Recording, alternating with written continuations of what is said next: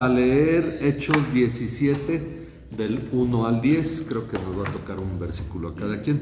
Hechos 17 del 1 al 10.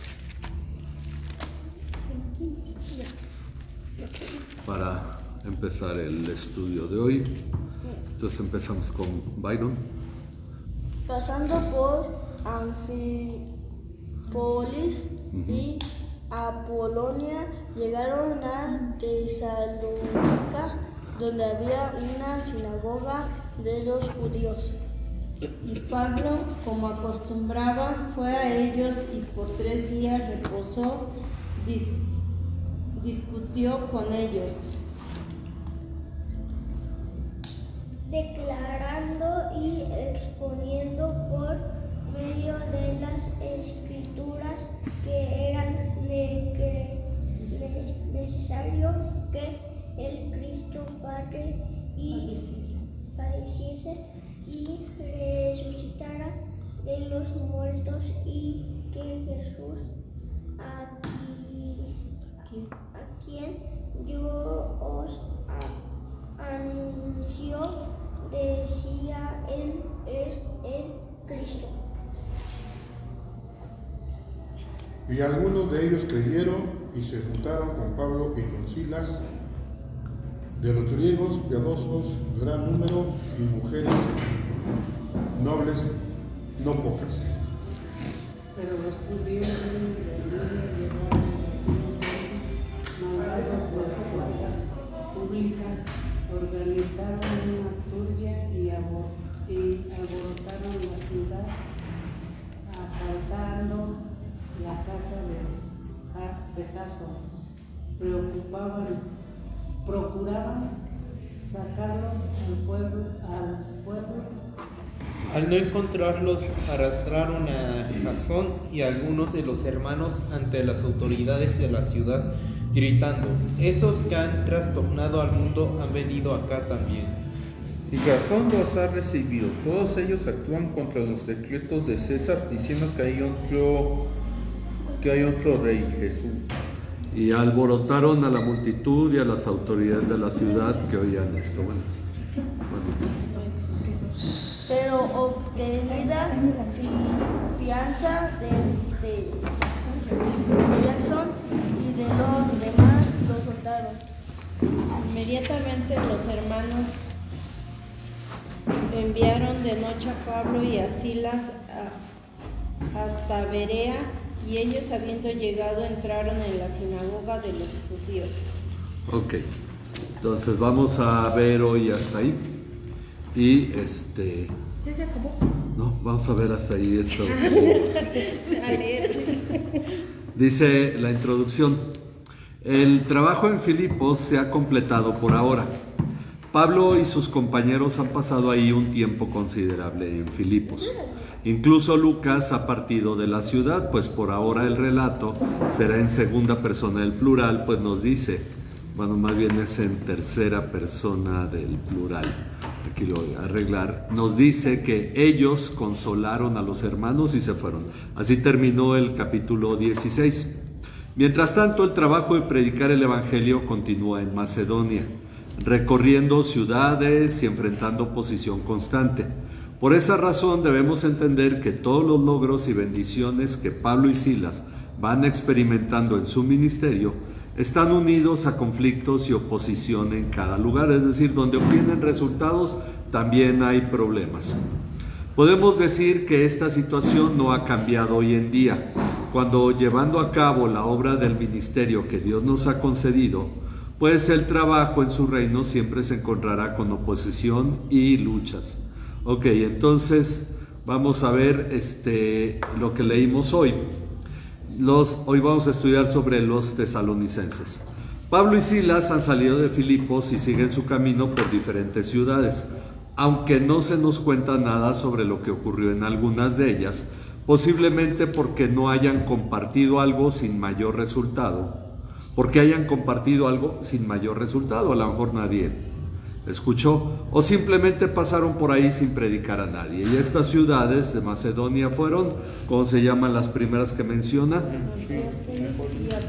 Ok, Anfípolis y Apolonia. Ahí está en el versículo 1. Anfípolis y Apolonia. ¿Tú quieres escribir o nomás leer? Bueno, nada más ver, como tú nos digas. Ok, a ver, vamos acá en ese, pero ahorita, si quieres, para que no vaya llenando, como usted nos diga, hermano. O si quieres nada más escuchar. Sí, que escuche. Ok, bueno.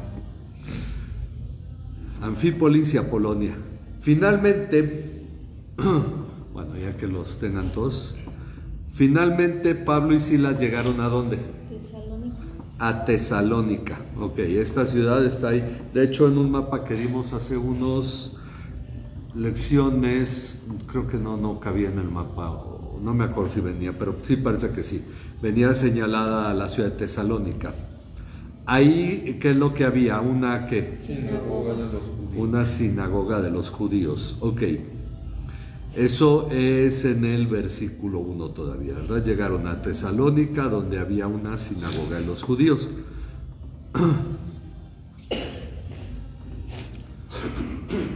Ok.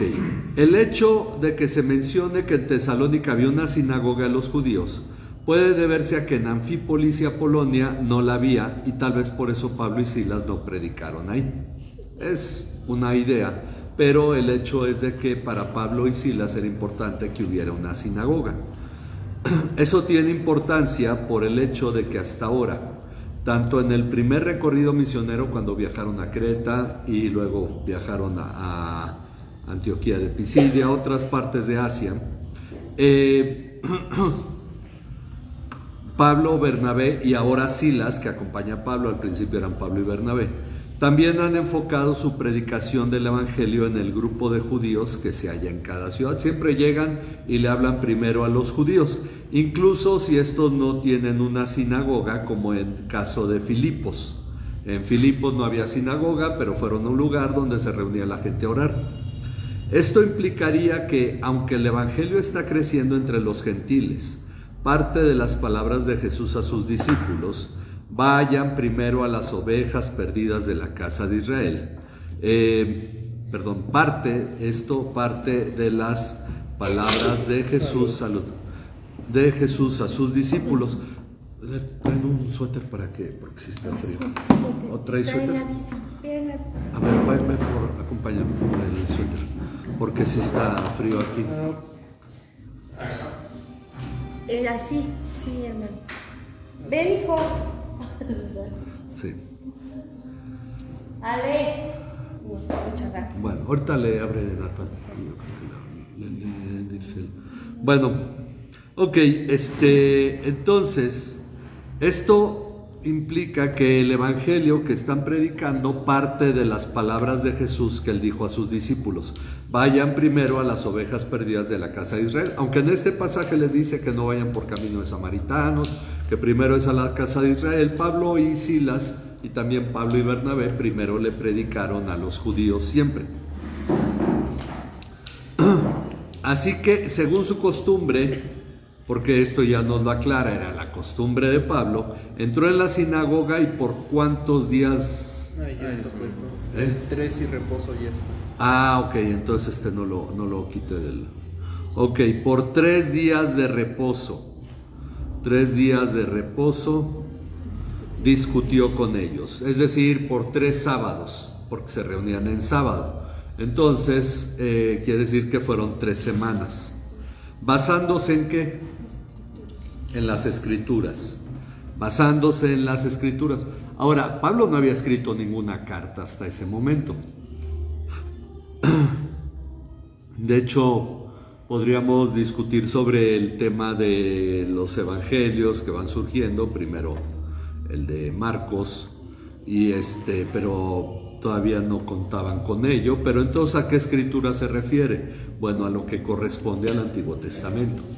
Él hablaba de Génesis a Malaquías, y con esa escritura él les explicó y presentó evidencia de que era necesario que ¿qué? El Cristo. Ok. es decir, el Mesías.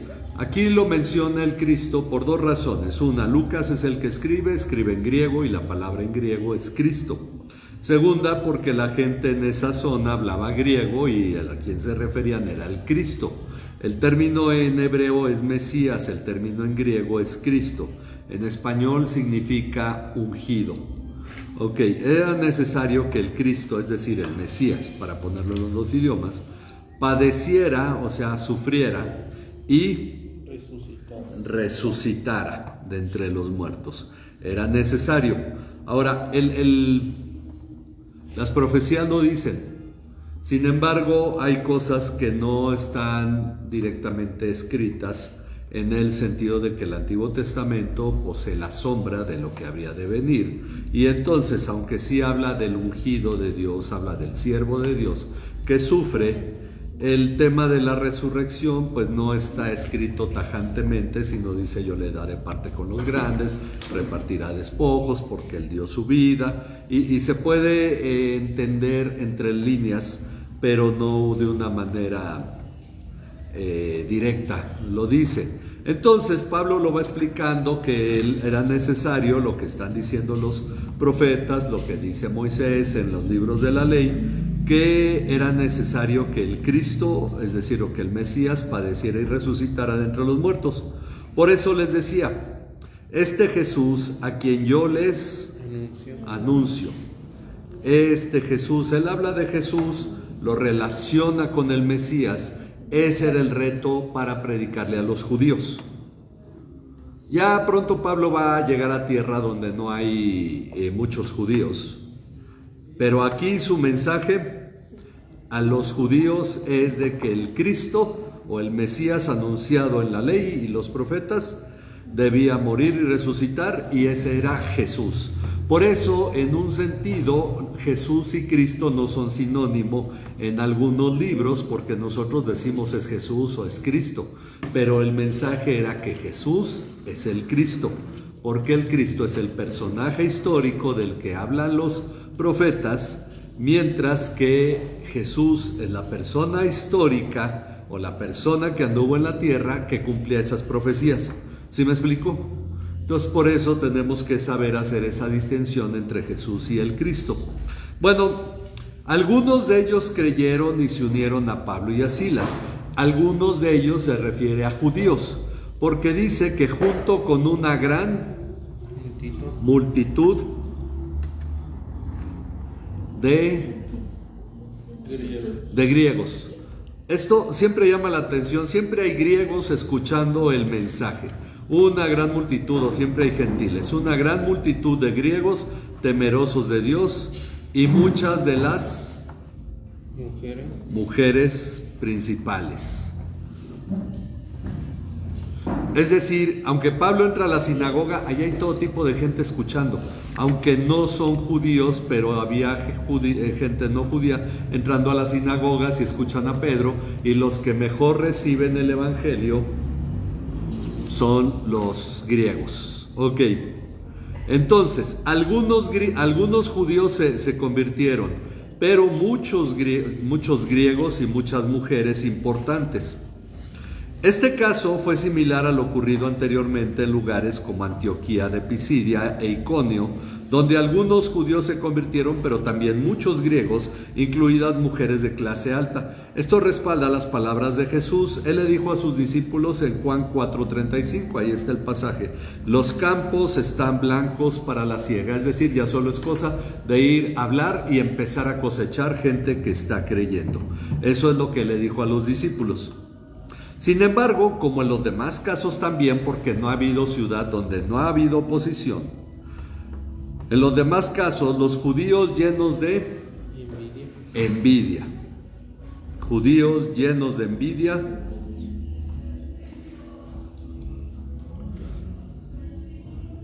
y esto fue siempre la envidia. De hecho, precisamente Isaías habla de Jeremías, de que Dios provocaría celos al pueblo de Israel, llamando a otro pueblo que no es su pueblo, y esto es algo que considerar no en este momento, pero sí en su momento vamos a considerarlo, porque esta es la obra de Dios que llena de celo a los judíos, Y entonces los judíos tienen envidia porque mucha gente ya no está creyendo en lo que se habla en la sinagoga, sino en el mensaje que Pablo está predicando. Bueno, llevaron algunos hombres malvados. Ok, es que creo que no lo dice así en la Reina Valera, ¿verdad? Ociosos, ok. Hombres viciosos, ociosos, están ahí en la plaza pública y pues esperando a ver qué trabajo les dan. Entonces, hombres malvados de la plaza pública organizaron una turba y alborotaron la ciudad. Entonces, con esos hombres les pagaron para que empezaran a alborotar a la gente. Entonces, ellos se dedicaban a todo. Si les daban trabajo en el campo, si les daban trabajo en la construcción, si les daban trabajo de alborotar a la ciudad, pues ellos estaban ahí esperando a ver quién los contrataba. Así que asaltaron la casa de Jasón. Así como suena, con acento en la O. Jasón. Esto ya estamos en el versículo 5, ¿verdad? Asaltaron la casa de Jasón. No nos dice primero quién es Jasón, sino hasta después. Y procuraban sacar a Pablo y a Silas al pueblo. Querían llevarlos delante de la gente. Pero hay una cosa. Al parecer ellos fueron avisados de esto. Les dijeron, oigan, se está armando una revuelta, etc. Por eso, al no encontrarlos, arrastraron a Jasón y a algunos de los hermanos, o sea, algunos de los creyentes. Todo esto no necesariamente ocurrió en el tercer día, pudo haber pasado más tiempo. Ya Lucas no nos da una cronología tajante de cuántos días fueron, etc. Pero por 3 días Pablo discutió en la sinagoga y seguramente después se reunieron en casa de Jasón. Entonces, dice, querían arrastraron a algunos hermanos ante las autoridades de la ciudad. Ok. Es probable, de hecho es muy probable, que la casa de Jasón fuera el lugar de reunión de la iglesia. Una iglesia nueva se empieza a reunir con este hombre llamado Jasón. Hay muchos griegos, mujeres importantes y algunos judíos. Bueno, pues la turba esperaba encontrar ahí a Pablo y a Silas, y por eso no solo sacó a Jasón. Si fue a la casa de Jasón se llevan solo a él, sino también a algunos de los hermanos. Seguramente estaban a mitad de la reunión, le dijeron a Pablo, pues vete, y a Silas, y ellos se fueron. Ok, y lo que hacían para darle más fuerza a esto es que gritaban: esos que han trastornado al pueblo. No, al mundo. La palabra es importante porque ya se está haciendo famosa la iglesia. Una silla más, nada más. Hay una ahí y otra silla más para si se quieren traer. La iglesia está creciendo a tal grado que ya son conocidos, ya fueron conocidos en Filipos. Acuérdense, apenas llegan a Filipos y ya se les está conociendo, pero son los judíos los que hablan, por eso no podemos decir que se refieran a los judíos. Los judíos son los que hablan y están calumniando a los cristianos, a los que ya no están perteneciendo al judaísmo. Ok, estos que han trastornado al mundo han venido acá también, y Jasón los ha recibido. Por esa razón, es muy probable que se quedaran ahí en la casa de Jasón, pero que también ahí se reunieran los hermanos, porque la gente iba para escuchar la enseñanza de Pablo, ¿verdad? Ok, todos ellos actúan contra los decretos ¿de quién? De César. Esa fue la primer calumnia contra Jesús y la iglesia. Actúan contra los decretos de César, diciendo que hay otro rey, y ese rey es Jesús. Entonces dicen, tenemos otro rey, pero noten que es interesante porque no hay un nacionalismo con los cristianos, que hoy en día primero mi patria y después Dios, ¿no? Pero es digo, aunque la gente diga y dice México es mi país y Dios es y Jesús es mi Señor, pero la realidad es que ellos primero decían Jesús es mi Señor, y entendían esto en el sentido no en oposición a su país al que pertenecían, pero antes de cualquier otra cosa primero estaba Cristo. Entonces dice, el evangelio se está extendiendo por todo el mundo. Es el testimonio que dan los acusadores. Eso hasta es un halago. Eso es muestra de la obra de Dios. Además de esto, La acusación que se hace sobre su mensaje es que enseñan que hay otro rey diferente a César, que es Jesús. Esta acusación no es nueva, ya se ha dicho antes. Entonces, miren, vamos a ver con nuestra hermana Carmen primero, Lucas 23:2. Luego Luis, porque son los que no han leído, Juan 19:12. Vamos a ver Lucas 23:2 y luego Juan 19:12. ¿Ya se calmó el frío? Ya, sí le faltaba su charla. Sí. 23:2. 23:2. Y comenzaron a acusar a Jesús diciendo: hemos hallado que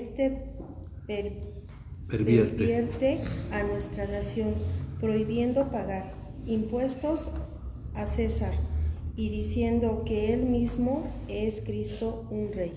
Ok, noten esto, es interesante. Dicen, hemos hallado que esa es la acusación contra Jesús. Pervierte a nuestra nación. Nosotros los judíos somos puros y santos, bien obedientes. Bueno, tenían un montón de reaccionarios, pero pervierte a nuestra nación prohibiendo pagar impuesto a César, como si ellos lo pagaran bien contento, ¿no? Y cuando le preguntaron si era lícito, si era correcto pagarle impuesto a César, ¿qué dijo Jesús? Den al César lo que es del César, paguen impuestos.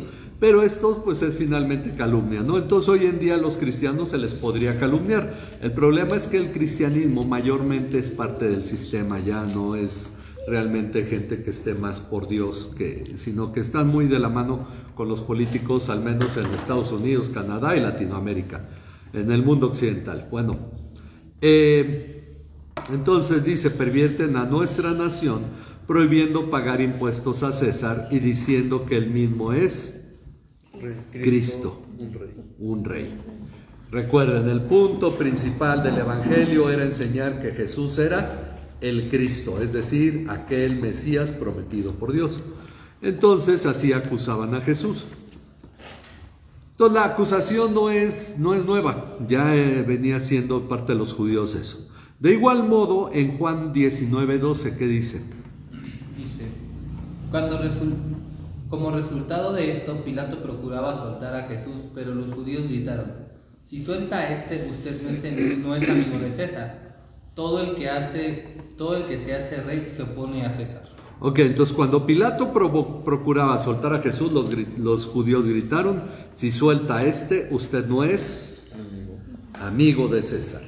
Los judíos poniéndose del lado correcto de la historia según su parecer, ¿no?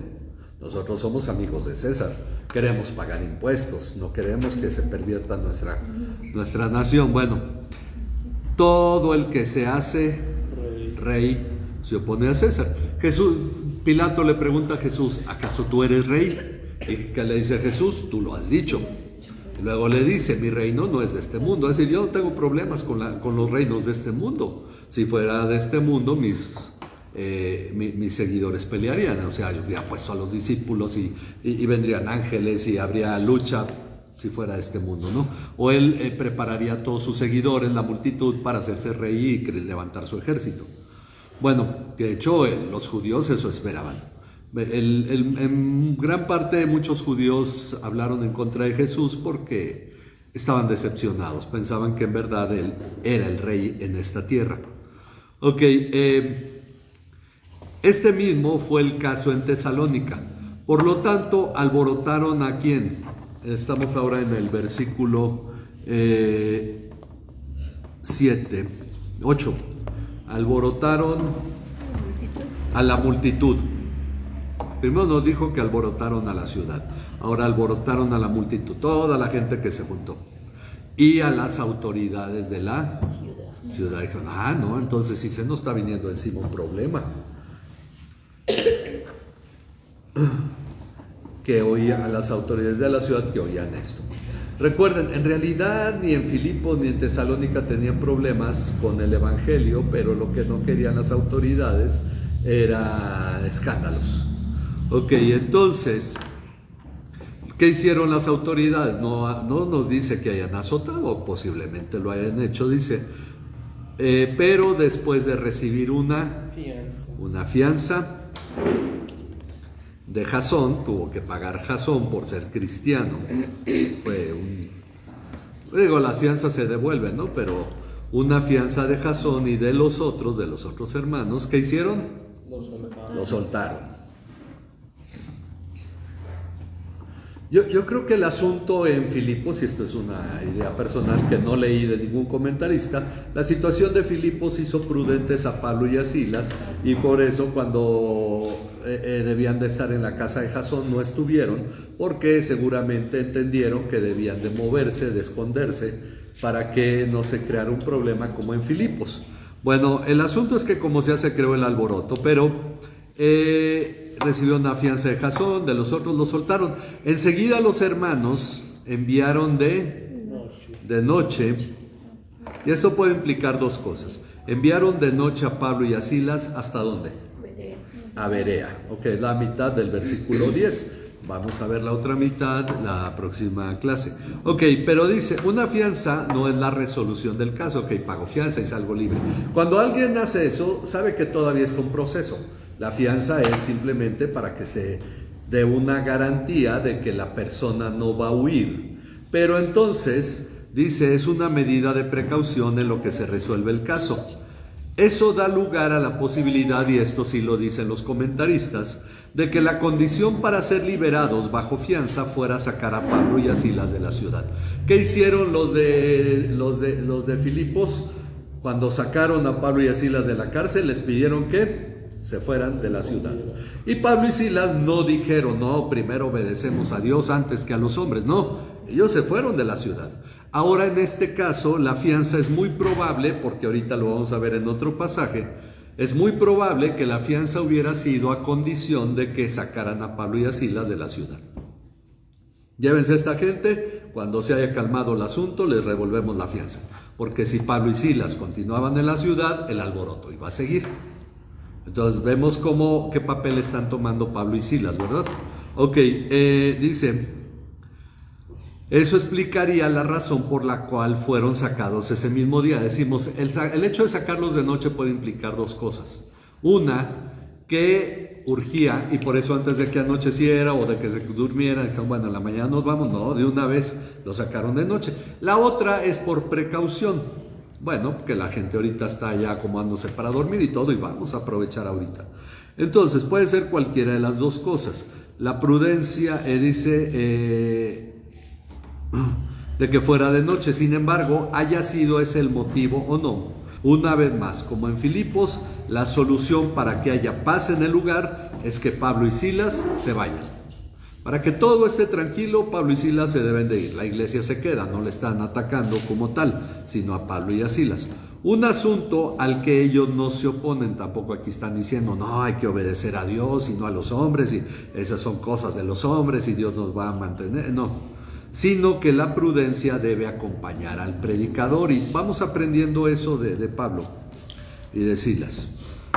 Sobre esta situación, más tarde Pablo escribiría a los tesalonicenses, y vamos a entender por qué decimos que es muy probable que la condición es que se fueran Pablo y Silas. Bueno, 1 Tesalonicenses 1:6, hermana Elvira, y se queda ahí porque vamos a leer de Tesalonicenses para que nos guíen todo lo que vamos a leer de Tesalonicenses. Primera, ¿verdad? Ajá, 1:6. Y ustedes llegaron a ser imitadores de nosotros y del Señor, habiendo recibido la palabra en medio de mucha tribulación, con el gozo del Espíritu Santo. Ok, Pablo se lo dice a los tesalonicenses, que ellos llegaron a ser imitadores de Pablo y de Silas, después de y de Cristo, habiendo recibido ¿qué? La palabra. En medio de mucha tribulación.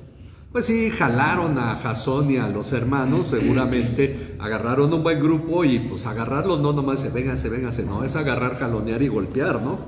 Entonces los hermanos sufrieron por ser cristianos en esta ciudad, cosa que no había pasado en otras ciudades. Entonces recibieron la palabra en medio de mucha tribulación. ¿Qué pasó después? Seguramente hubo algunos conflictos más, pero la recibieron con mucha tribulación, acompañado del gozo del Espíritu Santo. Es decir, ser cristiano no fue fácil para los tesalonicenses. Para los de Filipos, los que fueron azotados fueron Pablo y Silas. De hecho, lo vamos a ver, ahora si se quiere ir al capítulo 2, los versículos 1 y 2. Porque ustedes mismos saben, hermanos, que nuestra visita a ustedes no fue en vano, sino que después de haber sufrido y sido maltratados en Filipos, como saben, tuvimos el valor, confiados en nuestro Dios, de hablarles el Evangelio de Dios en medio de mucha oposición. Ok, nuevamente habla ahora oposición. Dice, ustedes saben, hermanos, nuestra visita no fue en vano, sino que después de haber sufrido. Dice por ahí John Piper, si el Evangelio de la prosperidad fuera cierto, entonces Dios odiaba al apóstol Pablo porque cómo le tocó sufrir, ¿no? Y el Evangelio de la prosperidad dice que ser cristiano no es para sufrir. De hecho, pare de sufrir es una frase muy famosa, ¿no? Pero bueno.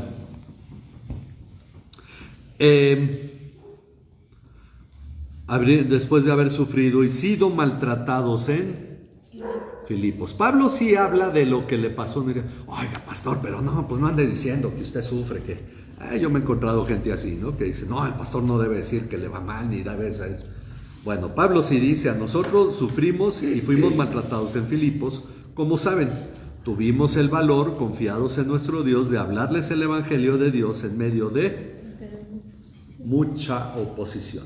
No sé cómo dice en la Reina Valera. Gran oposición.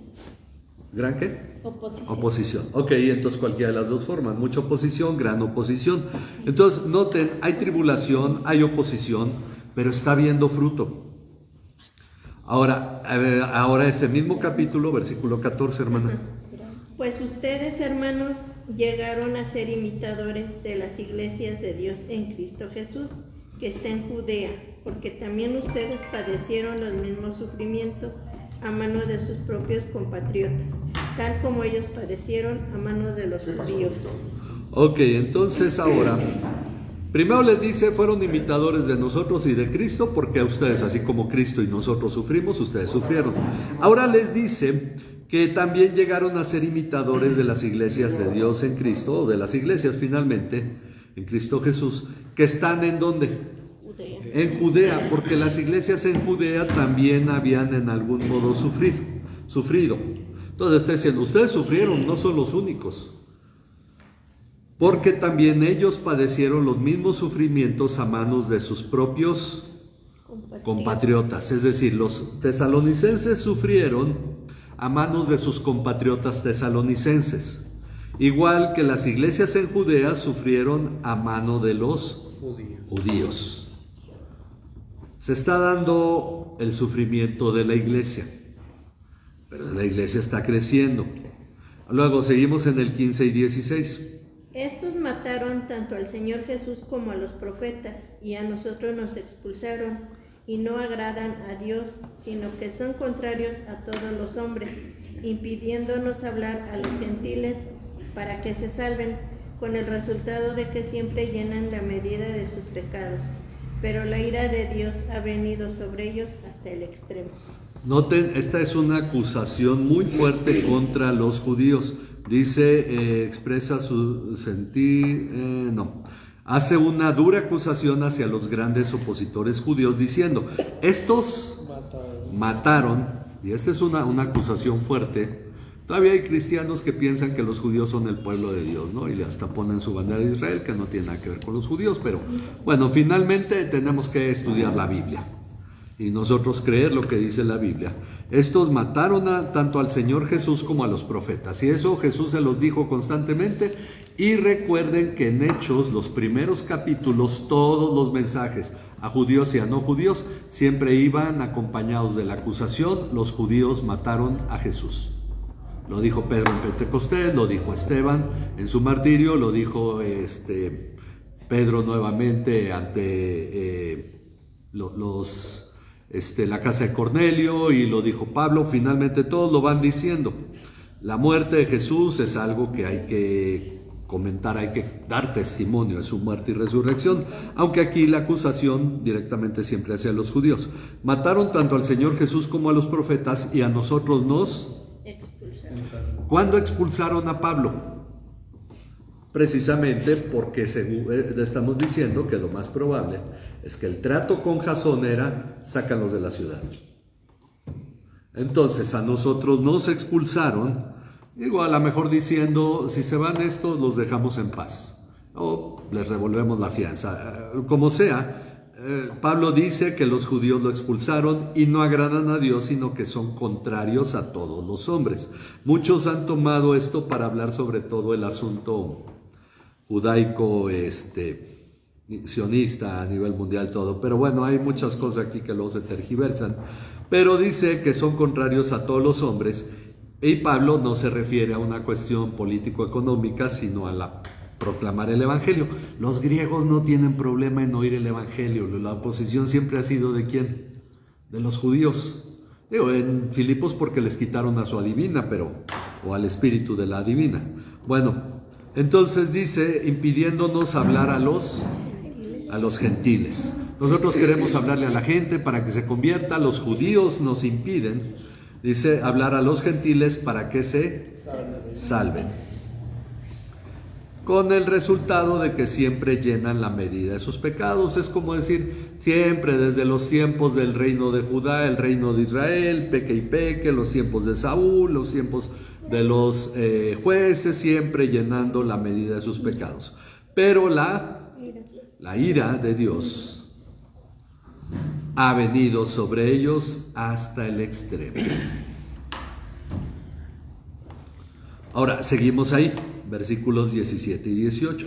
Pero nosotros, hermanos, separados de ustedes por breve tiempo en persona, pero no en espíritu, estábamos muy ansiosos con profundo deseo de ir a verlos, ya que queríamos ir a ustedes, al menos yo, Pablo, más de una vez, pero Satanás nos los ha impedido. Ok, entonces él expresa su sentir sobre esta situación. Se tuvo que ir a la carrera, la iglesia era prometedora, muy receptiva al mensaje, pero dice, hermanos, separados de ustedes por breve tiempo. Él espera volver en algún momento. Separados de ustedes por breve tiempo, en persona, pero no en espíritu. Es decir, no por eso nos hemos olvidado de ustedes. Estábamos muy ansiosos. Estábamos muy ansiosos, es decir, Pablo decía, bueno, ¿y cómo le irá a la iglesia de Tesalónica? Y en ese modo él sí tenía una ansiedad que no tenía hacia otras iglesias, porque él tenía, pensémoslo, había sido desterrado de Tesalónica y no podía volver. Separados de ustedes por breve tiempo, en persona, no en espíritu, estábamos muy ansiosos, con profundo deseo de ir a verlos. Pablo decía, pues vamos, pero acuérdate, hay un decreto, hay una orden, tú no puedes pisar Tesalónica. Entonces él dice que queríamos ir a ustedes, al menos yo, Pablo, decía yo sí le decía, pues a lo mejor yo no, pero Pablo más de una vez decía esto, pero Satanás nos lo ha impedido. Ok, y no es que Pablo ahí fuera y se le aparece el diablo en el camino y no puede ir, no, sino que es la oposición de los gobernantes, el acuerdo, la oposición de los judíos. Entendámoslo en una manera sensata, ok, cuando de Satanás nos lo ha impedido. Ok, yo quisiera ir, pero el diablo, pues no dejes, como cuando uno dice, bueno, Dios me está mostrando esto, yo lo hago, pero luego hay oposición, y uno dice, pues es el diablo, el que está estableciendo la oposición, ¿verdad? Ahora, debido a esto, ahora vamos a ver el capítulo 3, versículos 5 al 6, ya para terminar. Por eso también yo, cuando ya no pude soportar más, envié a Timoteo para informarme de su fe, por temor a que el tentador los hubiera tentado y que nuestro trabajo hubiera sido en vano. Pero ahora Timoteo ha regresado de ustedes a nosotros y nos ha traído buenas noticias de su fe y amor, y de que siempre tienen buen recuerdo de nosotros, anhelando vernos como también nosotros a ustedes. Ok, esto lo escribimos para que comprendamos el sentir de Pablo. Dice Pablo que ya no pudo soportar más esta ansiedad de saber cómo le iba a la iglesia, envió a Timoteo, porque Timoteo sí podía ir, para informarme de su fe por temor a que el tentador los hubiera tentado. ¿Ok? A que el tentador los hubiera tentado. y que nuestro trabajo hubiera sido en vano. Es decir, bueno, ya no hay iglesia en Tesalónica porque como ya no pudimos darle seguimiento, el diablo aprovechó y la gente se volvió con los judíos y ya se olvidó de Jesús. No, sino que dice: pero ahora Timoteo ha regresado de ustedes a nosotros y nos ha traído buenas noticias de su fe y amor. Dos cosas: la fe que los tesalonicenses tienen en Cristo, el amor que hay entre ellos, el amor hacia Dios, hacia su palabra, y de que además tienen buen recuerdo de Pablo y de Silas, de Timoteo, anhelando vernos. Dicen: ay, ¿cómo pudieran venir los hermanos? Como también nosotros a ustedes queremos verlos, ustedes nos quieren ver. Hay una oposición. ¿Qué oposición? Podríamos decir la oposición es legal, porque si fuera espiritual, en algún modo orando y buscando el modo, Pablo iría, y si fuera espiritual diría: es Dios el que no me ha dejado ir. Pero como la oposición es política, es por un decreto, pues dice: es el diablo, es el mal corazón de las personas de ahí. Ok, Dios llamó a Pablo y a Silas a Macedonia, porque recuerden que ellos no fueron diciendo: pues vamos a Macedonia. No, Dios los llamó, les dio una visión de un varón macedonio que les dijo: vengan, ayúdenos. Entonces Dios los quería en Macedonia. Es claro que los quiere ahí. Y han tenido mucho fruto, sí ha habido mucho fruto. Sin embargo, también han experimentado oposición y maltrato. Pero es Dios quien se glorifica en sus sufrimientos. Miren, esto responde al hecho de que a veces uno tiene hay gente que dice: si me da paz es de Dios, si no me da paz no es de Dios. Bueno, a Pablo no creo que la cárcel en Filipos le haya dado mucha paz, pero y esta expulsión no le dio nada de paz. Pero no es por la paz que uno siente y no es por la prosperidad que uno define la voluntad de Dios. Sí hay fruto, pero hay oposición, y esa oposición trae tribulación. Usa una palabra que más que sufrimiento como que se nota un poco más fuerte, ¿no? Hay oposición, hay tribulación, pero esto no significa que cuando sufrimos sea porque estamos haciendo algo mal. ¿Qué hicieron mal Pablo y Silas? Están haciendo la obra de Dios, pero hay oposición. Entonces notemos una cosa: toda iglesia realmente metida en la voluntad de Dios experimenta oposición y sufrimiento. Hay ciudades donde no ocurre tanto eso, pero vamos a ver ya la próxima semana, por ejemplo, qué ocurre en Berea. ¿Alguna pregunta? ¿No? Entonces, bueno, pues vamos a orar para terminar. Les recuerdo a los varones que tenemos reunión mañana a las 8.